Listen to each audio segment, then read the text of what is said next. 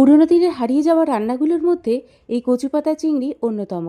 আমার ঠাম্মা যেহেতু খুলনা জেলার মানুষ ছিলেন, তাই ঠাম্মাকে দেখতাম কচু, ওল, কচুর লতি, নানা রকমের কচুর আইটেম রান্না করতেন।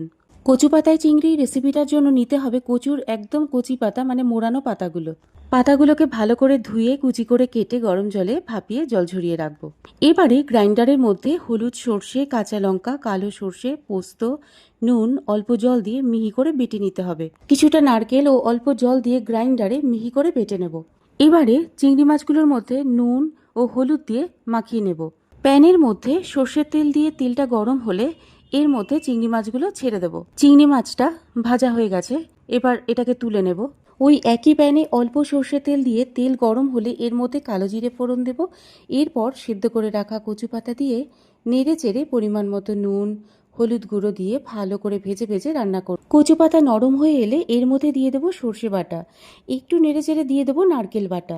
যদি দেখছো যে কচু পাতা মুখে দিলে গলা কুটকুট করছে, তাহলে এর মধ্যে 1 চা চামচ টক দই অ্যাড করে দিও। এরপর এর মধ্যে দিয়ে দিতে হবে ভেজে রাখা চিংড়ি মাছ।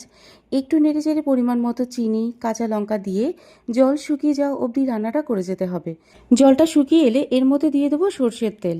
কচু পাতা চিংড়ি একদম রেডি হয়ে গেছে, সার্ভ করে নিলাম। ভিডিওটা তোমাদের কেমন লাগলো অবশ্যই জানিও। আজকের মতো টাটা।